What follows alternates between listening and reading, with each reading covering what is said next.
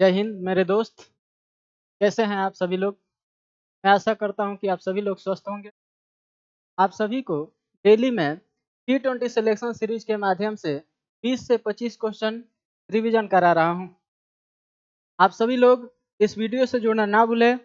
चलते हैं इस सीरीज के पहले क्वेश्चन की तरफ। देखिएगा क्वेश्चन नंबर पहला। रक्त में हेमोग्लोबिन एक सम्मिश्र प्रोटीन है जिसमें भरपूर मात्रा में पाया जाता है। तो बताएंगे कि हेमोग्लोबिन में किसका मिश्रण होता है या क्या पाया जाता है। पहला ऑप्शन दिया है लोहा, दूसरा रजत, तीसरा तांबा और चौथा स्वर्ण है। तो आपको बता दूं, रक्त में जो हेमोग्लोबिन है यह एक सम्मिश्र प्रोटीन है जिसमें लोहा पाया जाता है। इस तरह से इस क्वेश्चन का जो आंसर होगा ऑप्शन नंबर ए। आपको बता दूं कि जो रक्त का लाल रंग होता है, रक्त का जो लाल रंग होता है, ये रंग हेमोग्लोबिन के कारण होता है और इसका एक कारण यह भी है कि इसमें लोहा पाया जाता है जो ऑक्सीजन से क्रिया करके लाल रंग देता है। चलेंगे अगले क्वेश्चन की तरफ। क्वेश्चन देखिएगा दूसरा। भारत में नदी पर बना सबसे लंबा पुल कौन सा है? तो बताएंगे भारत में बना सबसे लंबा पुल कौन सा है। ऑप्शन नंबर पहला गोदावरी सेतु, गोदावरी नदी। ऑप्शन दूसरा विक्रमशिला सेतु, गंगा। ऑप्शन तीसरा दिया है नेहरू सेतु, सोन नदी। और ऑप्शन चौथा है महात्मा गांधी सेतु, गंगा नदी। तो बताएंगे भारत का सबसे लंबा सड़क पुल कौन सा है। तो आपको बता दूं कि अकॉर्डिंग टू ऑप्शन इसका आंसर देखेंगे तो इसका आंसर होगा महात्मा गांधी सेतु। यानी कि भारत का सबसे लंबा नदी जो पुल है वो है महात्मा गांधी सेतु, जो हाजीपुर को पटना से जोड़ता है। जो हाजीपुर को किससे जोड़ता है? तो हाजीपुर को पटना से जोड़ता है।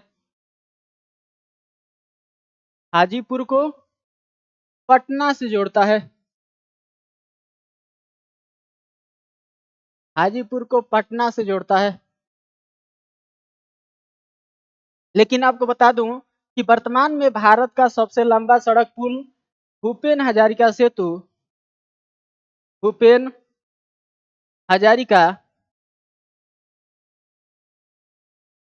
हजारिका सेतु है। भूपेन हजारिका सेतु है। ध्यान देंगे मेरे दोस्त, यह भूपेन हजारिका सेतु का जो पुराना नाम है ढोला सदिया पुल है। ढोला सदिया पुल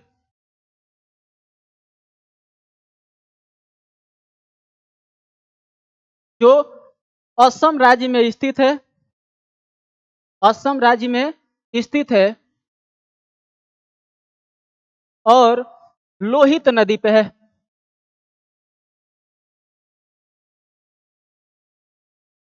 जो ये लोहित नदी, ध्यान देंगे, ब्रह्मपुत्र नदी की सहायक नदी है।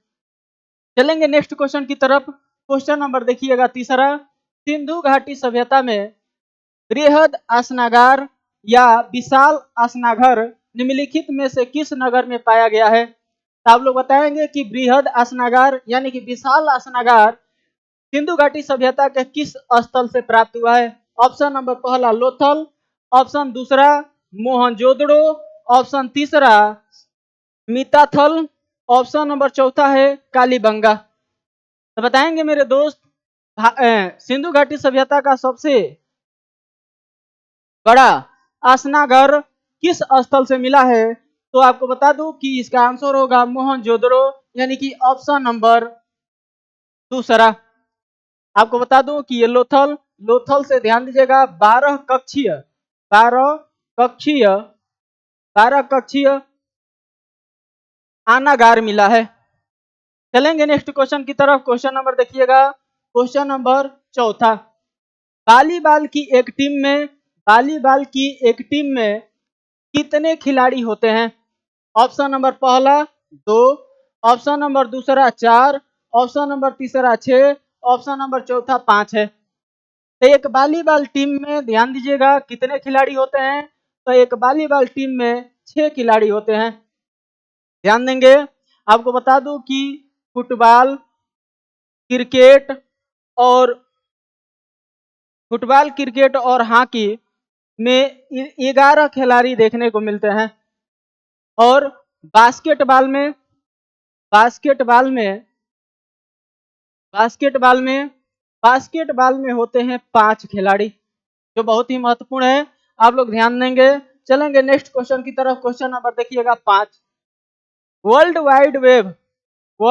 वाइड वेब का आविष्कार किसने किया है? तो वर्ल्ड वाइड वेब का आविष्कार किसने किया है, आप लोग बताएंगे अकॉर्डिंग टू ऑप्शन। ऑप्शन पहला टिम बर्नर्स ली।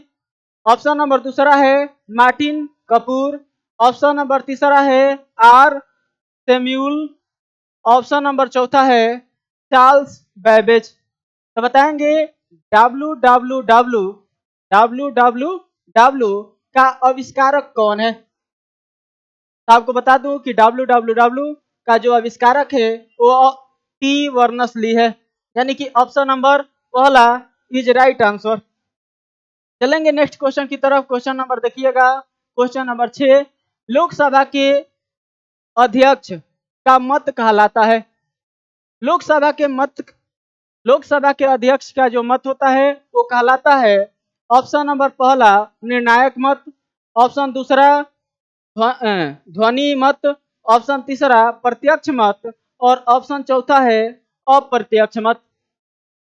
तो लोकसभा के जो अध्यक्ष होते हैं उनका जो निर्णायक मत होता है, ध्यान दीजिएगा, यह इनको वोट डालने का कोई संविधान में प्रावधान नहीं है, लेकिन ध्यान दीजिएगा जब पक्ष विपक्ष में वोट यानी कि बराबर हो जाता है तो उस कंडीशन में ये लोकसभा अध्यक्ष का वोट पड़ता है, जो एक निर्णायक मत होता है, आप लोग ध्यान देंगे। क्वेश्चन नंबर 7वां देखिएगा, निम्नलिखित में से किस राज्य में द्विसदन विधायिका नहीं है?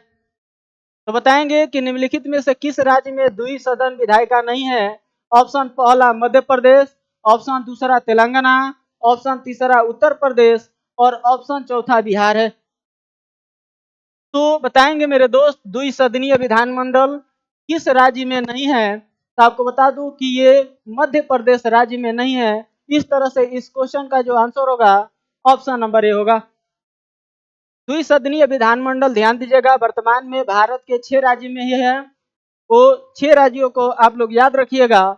पहला राज्य आंध्र प्रदेश, दूसरा बिहार, तीसरा कर्नाटक और चौथा तेलंगाना, पांचवा महाराष्ट्र और छठा उत्तर प्रदेश है। इन 6 ही राज्य में भारत के वर्तमान में द्विसदनीय विधानमंडल है, आप सभी लोग ध्यान देंगे।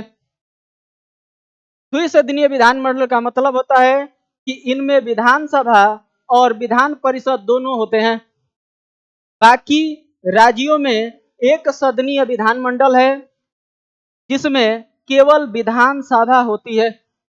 चलेंगे नेक्स्ट क्वेश्चन की तरफ। क्वेश्चन नंबर देखिएगा 8। सिंधु घाटी सभ्यता में बृहद आसनागार या विशाल आसनाघर निम्नलिखित में से किस नगर में पाया गया है? तो इसका आंसर आप सभी लोग कमेंट बॉक्स में देंगे। पहला ऑप्शन लोथल, दूसरा मोहनजोदड़ो, ऑप्शन नंबर तीसरा मिताथल, ऑप्शन नंबर चौथा है कालीबंगा। तो आप सभी लोग इस क्वेश्चन सहित आप लोग आंसर देंगे। चलेंगे नेक्स्ट क्वेश्चन की तरफ। क्वेश्चन नंबर देखिएगा 9। एक कंप्यूटर में स्टोरेज माध्यम की क्षमता की इकाई क्या होती है? तो बताएंगे मेरे दोस्त कि एक कंप्यूटर में स्टोरेज माध्यम की जो क्षमता है वो क्या होती है। तो ऑप्शन देखिएगा, पहला बाइट, ऑप्शन नंबर दूसरा बीट, ऑप्शन नंबर तीसरा किलो, ऑप्शन नंबर चौथा है पिक्सल। तो आप बताएंगे कंप्यूटर में स्टोरेज का माध्यम जो होता है इसकी क्षमता क्या होती है। तो आपको बता दूं कि इसका जो आंसर होगा option number A bite. Computer की क्षमता की जो इकाई है भिन्न भिन्न देखने को मिलती हैं। जो सबसे छोटी इकाई है वो बिट है। यह डिजिटल जानकारी की सबसे छोटी इकाई है जो एक बाइनरी अंक 0 या 1 होती है। आप लोग देखेंगे कंप्यूटर की सबसे दूसरी छोटी इकाई कौन सी है, तो ये है बाइट। 8 बिट मिलकर एक बाइट बनाते हैं। इसको याद रखना है कि एक बाइट में 8 बिट्स होते हैं। उसके बाद से देखिएगा तीसरी इकाई किलोबाइट, जिसे हम लोग केबी भी बोलते हैं, और 1 किलोबाइट में 1024 बिट्स होते हैं। ऑप्शन देखिएगा, ये चौथा कंप्यूटर की चौथी इकाई जो है मेगाबाइट है, यानी कि जिसे एमबी बोलते हैं, और ये 1 एमबी में 1024 केबी होता है। तीसरी कंप्यूटर की इकाई जो है जीबी, और 1 जीबी में 1024 एमबी होता है।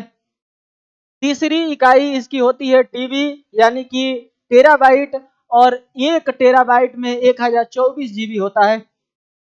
इस तरह से इस कंप्यूटर की ध्यान दीजिएगा 6 महत्वपूर्ण इकाइयां हैं स्टोरेज की, जिनको क्रम से याद रखना है। चलेंगे नेक्स्ट क्वेश्चन की तरफ। क्वेश्चन नंबर देखिएगा 10। Daughter of the east, daughter of the east नामक प्रसिद्ध पुस्तक की लेखिका कौन है? तो डॉटर ऑफ द ईस्ट नामक प्रसिद्ध पुस्तक के लेखिका कौन है? तो आपको बता दूं, देखिएगा according to option Benazir Bhutto. Option दूसरा दिया है अनीता देसाई, ऑप्शन नंबर तीसरा अरुंधति राय, और ऑप्शन चौथा दिया है मेघा पाटकर। तो बताएंगे मेरे दोस्त, डॉटर ऑफ द ईस्ट किनकी पुस्तक है? तो जो इसका आंसर होगा वो आंसर होगा बेनजीर भुट्टो। बेनजीर भुट्टो, ध्यान दीजिएगा, इस क्वेश्चन का आंसर होगा। इस तरह से 10 नंबर क्वेश्चन का आंसर होगा ऑप्शन नंबर ए। आपको बता दूं कि डॉटर ऑफ द डेस्टिनी एक ऑटोबायोग्राफी है जो पाकिस्तान की 11वीं प्रधानमंत्री बेनजीर भुट्टो द्वारा 1988 में लिखी गई। यह पुस्तक 1988 में हेमिस हैमिल्टन की हेमिस हैमिल्टन की daughter of the east an autobiography के नाम से भी प्रकाशित हुई थी। चलेंगे नेक्स्ट क्वेश्चन की तरफ। क्वेश्चन नंबर देखिएगा 11। भारत में महिलाओं के लिए आरक्षण उपलब्ध है। भारत में महिलाओं के लिए आरक्षण उपलब्ध है। ऑप्शन नंबर देखिएगा, पहला लोकसभा में, ऑप्शन नंबर दूसरा राज्य विधान सभाओं में, ऑप्शन नंबर तीसरा पंचायती राज निकायों में, ऑप्शन नंबर चौथा है उपयुक्त सभी संस्थानों पर। तो आपको बता दूं कि भारत में महिलाओं के लिए आरक्षण जो उपलब्ध है वो है पंचायती राज निकायों में। इस तरह से इसका जो आंसर होगा ऑप्शन नंबर सी होगा। चलेंगे नेक्स्ट क्वेश्चन की तरफ। क्वेश्चन देखिएगा 12। बौद्ध ग्रंथ मिलिंद पन्हो किस हिंद यमन शासक पर प्रभाव डालता है? तो बताएंगे कि किस हिंद यमन शासक पर प्रभाव डालता है मिलिंद पन्हो। यानी कि मिलिंद पन्हो जो ग्रंथ है ये बौद्ध धर्म से संबंधित है। जो किस पे प्रभाव डालता है तो ये बताना है। ऑप्शन नंबर पहला देखिएगा डायोडोरस प्रथम, या ऑप्शन नंबर देखिएगा दूसरा डेमेट्रियस, ऑप्शन नंबर तीसरा मिनांडर, और ऑप्शन नंबर चौथा है स्ट्रेटोफस्ट। तो बताएंगे मेरे दोस्त, मिलिंद पन्हो इनमें से किस शासक पे बल देता है या प्रकाश डालता है? तो आपको बता दूं कि ये मिलिंद पन्हो, ध्यान दीजिएगा, ये मिनांडर से संबंधित है, यानी कि इसका आंसर होगा ऑप्शन नंबर सी। मिनांडर को मिलिंद नाम से भी जानते हैं, आप सभी लोग ध्यान देंगे। मिलिंद पन्हो एक पाली भाषा का बौद्ध ग्रंथ है जो लगभग 6 ईसा पूर्व से 100 ईसा पूर्व से 200 ईसा के बीच लिखा गया था। इसमें बौद्ध भिक्षुक नागसेन और बैक्टीरिया के इंडो यूनानी राजा मिनांडर प्रथम यानी कि मिनांडर प्रथम के बीच बौद्ध धर्म के सिद्धांतों पर हुए संवाद का वर्णन है। इस तरह से याद रखिएगा, इस मिनांडर को मिलिंद के नाम से भी जाना जाता है, जिसके नाम पर मिलिंद पन्हु का रचना हुआ है। ये मिनांडर से संबंधित पुस्तक है। चलेंगे नेक्स्ट क्वेश्चन की तरफ। क्वेश्चन देखिएगा 13। किस वैदिक ग्रंथ में वर्ण शब्द का प्रथम नामोल्लेखित मिलता है? तो बताएंगे कि किस वैदिक या वेद में वर्ण शब्द का उल्लेख मिला है। तो ऑप्शन नंबर देखिएगा, पहला ऋग्वेद, ऑप्शन दूसरा अथर्ववेद, ऑप्शन नंबर तीसरा सामवेद और ऑप्शन नंबर चौथा है यजुर्वेद। तो आपको बता दूं कि जो वर्ण शब्द का पहला उल्लेख मिला है वो मिला है ऋग्वेद में। ध्यान दीजिएगा, ऋग्वेद को आपको बता दूं तो ऋग्वेद 10 मंडलों में विभाजित है और इसमें 1028 सूक्त हैं।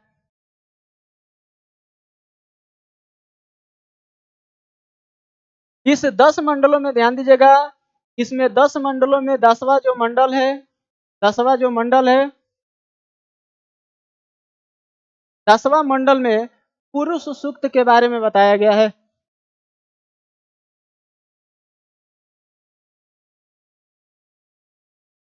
और इस पुरुष सूक्त में ध्यान दीजिएगा 4 वर्णों का उल्लेख मिलता है।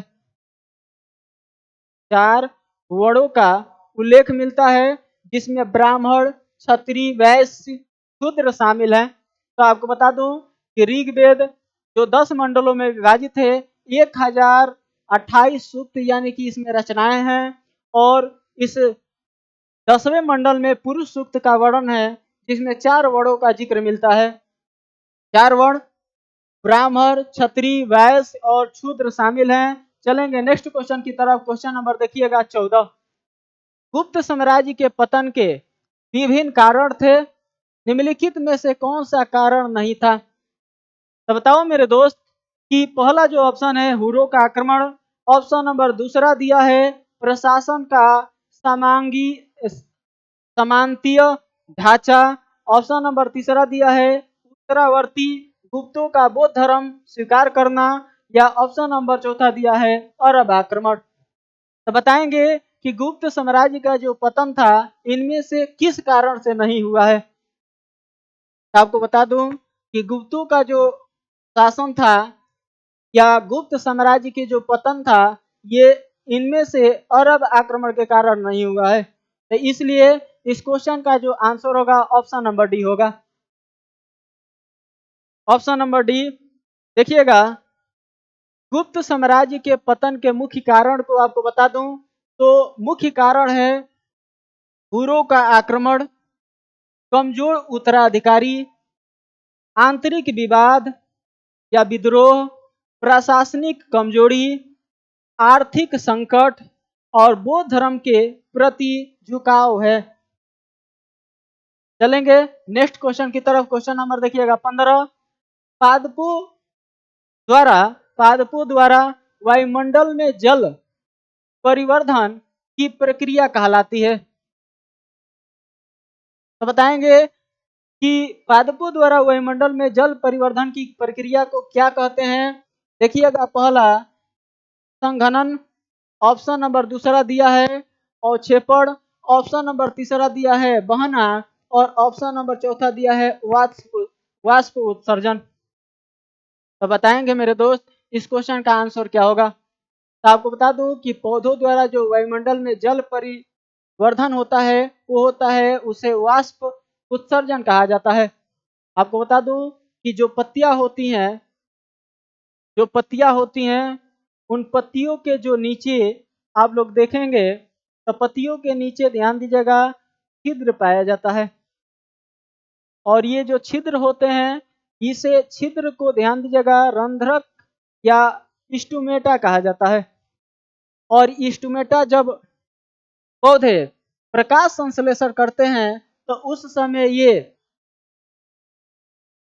जो स्टुमेटा है अपना मुख खोले रखता है, जिससे ये वाष्प उत्सर्जन करते रहता है।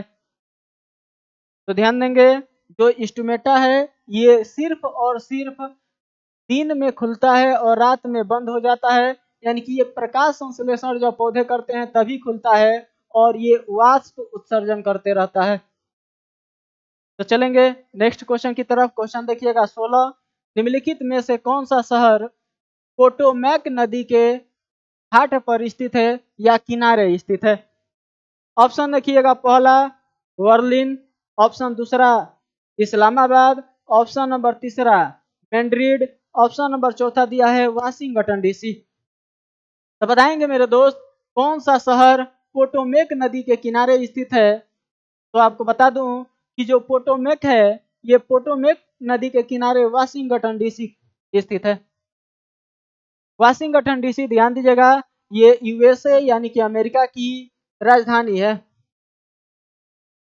अमेरिका की राजधानी है। आपको बता दूं कि बर्लिन ये स्प्रे नदी के किनारे है। स्प्रे या स्प्री।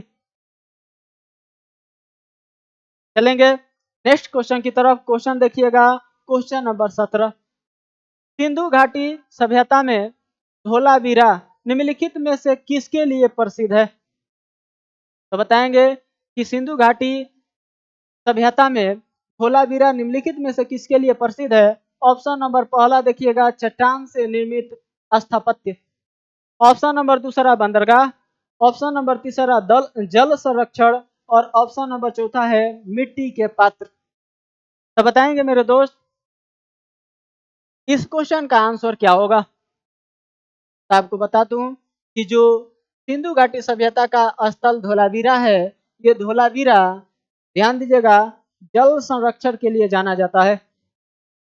चलेंगे नेक्स्ट क्वेश्चन की तरफ। क्वेश्चन नंबर 18, बंगाल के प्रथम गवर्नर जनरल, बंगाल के प्रथम गवर्नर जनरल कौन थे? तो बंगाल के प्रथम गवर्नर जनरल कौन थे बताइएगा। ऑप्शन नंबर पहला रॉबर्ट क्लाइव, ऑप्शन नंबर दूसरा विलियम बेंटिक, ऑप्शन नंबर तीसरा दिया है वारेन हेस्टिंग और ऑप्शन नंबर चौथा दिया है कर्नवालिस या colonel Sanders. Colonel Sanders, option number चौथा कर्नल सैंडर्स। तो बंगाल के प्रथम गवर्नर जनरल कौन थे? तो आपको बता दूं कि ये थे वारेन हेस्टिंग। इस तरह से इस क्वेश्चन का जो आंसर होगा ऑप्शन नंबर तीसरा होगा। देखिएगा क्वेश्चन नंबर 19, निम्नलिखित में से कौन सी काल्पनिक रेखा 0 डिग्री अक्षांश पर स्थित है? तो आपको बता दूं, देखिएगा ऑप्शन नंबर पहला दिया है भूमध्य रेखा, ऑप्शन नंबर दिया है दूसरा कर्क रेखा, ऑप्शन नंबर दिया है तीसरा मानक माध्य रेखा और ऑप्शन नंबर चौथा दिया है भूमध्य रेखा। तो आप बताएंगे मेरे दोस्त मेरे भाई, काल्पनिक जो 0 डिग्री अक्षांश है, 0 डिग्री जो अक्षांश है ये पर स्थित कौन सी रेखा है? निम्नलिखित में से कौन सी काल्पनिक रेखा 0 डिग्री अक्षांश पर स्थित है? तो आप बताएंगे। तो इसका जो आंसर होगा आपको बता दूं, तो इसका आंसर होगा ऑप्शन नंबर पहला भूमध्य रेखा। ऐसे में आपको दो दिख रहे होंगे भूमध्य रेखा, ये देखिएगा ऑप्शन नंबर पहला और चौथा दोनों होगा, ठीक है ना। या इस चौथा को काट कर यहाँ पे नन कर दीजिएगा। चलिए आपको बता देते हैं भूमध्य रेखा के बारे में। आपको बता दूं तो ये देखिएगा, तो ये ग्लोब है, ग्लोब।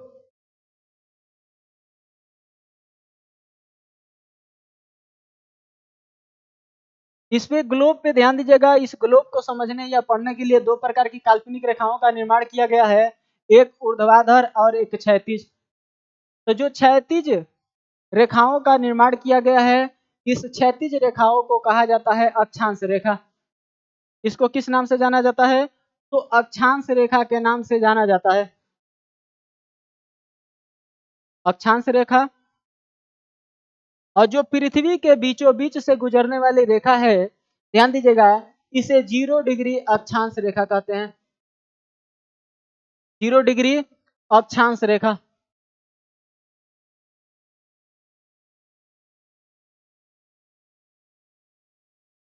और 0 डिग्री अक्षांश रेखा है जो ये पृथ्वी के, ध्यान दीजिएगा, बीचों बीच से गुजरती है। इसलिए ध्यान दीजिएगा इसे भूमध्य रेखा के नाम से भी जाना जाता है, क्योंकि भू का मतलब होता है भूमि और मध्य मतलब बीचों बीच से, और रेखा माने रेखा, यानी कि भूमि के, यानी भू माने पृथ्वी, और पृथ्वी के मध्य से गुजरने वाली जो रेखा है वो 0 डिग्री अक्षांश रेखा है।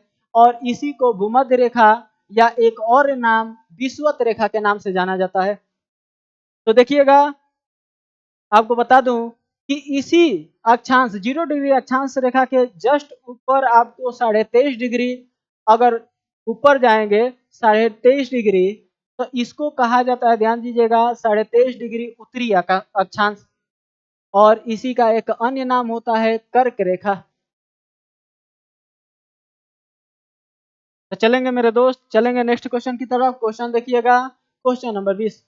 मोहिनी अट्टम नृत्य, मोहिनी अट्टम नृत्य इनमें से किस राज्य से संबंधित है? ऑप्शन नंबर पहला केरल, ऑप्शन नंबर दूसरा कर्नाटक, ऑप्शन नंबर तीसरा तमिलनाडु, और ऑप्शन नंबर चौथा है आंध्र प्रदेश। तो मोहिनी अट्टम बताएंगे, मोहिनी अट्टम किस राज्य से संबंधित है? तो आपको बता दूं मोहिनी अट्टम ये केरल राज्य से संबंधित है। इस तरह से इसका आंसर होगा ऑप्शन नंबर पहला। ध्यान दीजिएगा, आपको बता दूं कि भारत में कुल 8 शास्त्रीय नृत्य है। भारत में कुल 8 शास्त्रीय नृत्य हैं, जो पहली एक है मोहिनी अट्टम, और ध्यान दीजिएगा केरल की एक और शास्त्रीय नृत्य है जिसे हम कथकली कहते हैं, कथकली। ध्यान दीजिएगा, आपको बता दूं कि तमिलनाडु की जो शास्त्रीय नृत्य है वो है भरतनाट्यम।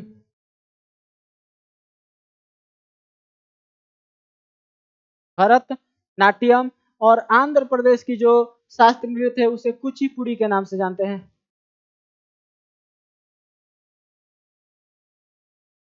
कुचिपुड़ी। और कर्नाटक की एक नृत्य है लोक नृत्य जिसे यक्षगान के नाम से भी जाना जाता है।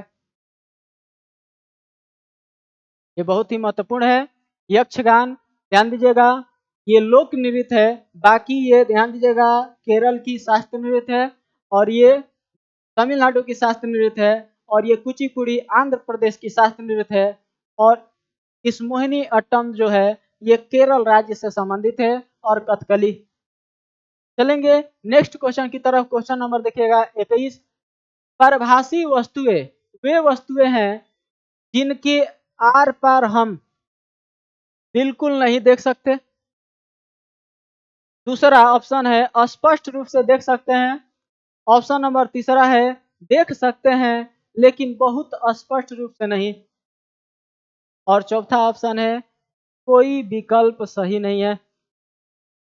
तो आपको बता दूं कि परभाषी वस्तुएं वे वस्तुएं हैं जिनके आर पार हम देख सकते हैं लेकिन बहुत स्पष्ट रूप से नहीं। इस तरह से इसका जो आंसर होगा ऑप्शन नंबर तीसरा होगा। एक होती है, ध्यान दीजिएगा, पारदर्शी।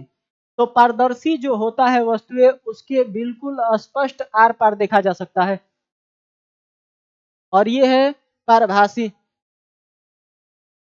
तो चलेंगे नेक्स्ट क्वेश्चन की तरफ। क्वेश्चन देखिएगा 22। निम्नलिखित में से कौन सा शब्द टेनिस से संबंधित नहीं है? तो ये आप लोग बताएंगे आंसर। ये होमवर्क क्वेश्चन है एक। और ये 23 नंबर क्वेश्चन को देखिएगा, निम्नलिखित में से किस या किन तिथि या तिथियों पर उत्तरी गोलार्ध में शीतकाल अनंत को देखा जाता है? तो ये भी होमवर्क। दूसरा क्वेश्चन, और ये लास्ट क्वेश्चन आपके लिए होमवर्क है। बताएंगे भारत में कौन सा राज्य जूट का सबसे बड़ा उत्पादक राज्य है? तो ये आपका लास्ट क्वेश्चन है, ध्यान दीजिएगा। इस तरह से आपको डेली 20 से 25 क्वेश्चन आपको इस टेस्ट सीरीज के माध्यम से रिवीजन कराए जाएंगे। आप सभी लोग इस वीडियो को ज़्यादा से ज़्यादा शेयर करेंगे और लाइक करेंगे, और इस चैनल को सब्सक्राइब करना नहीं भूलेंगे, ठीक है। मेरे दोस्त। जय हिंद, जय भारत। मिलते हैं नेक्स्ट वीडियो में।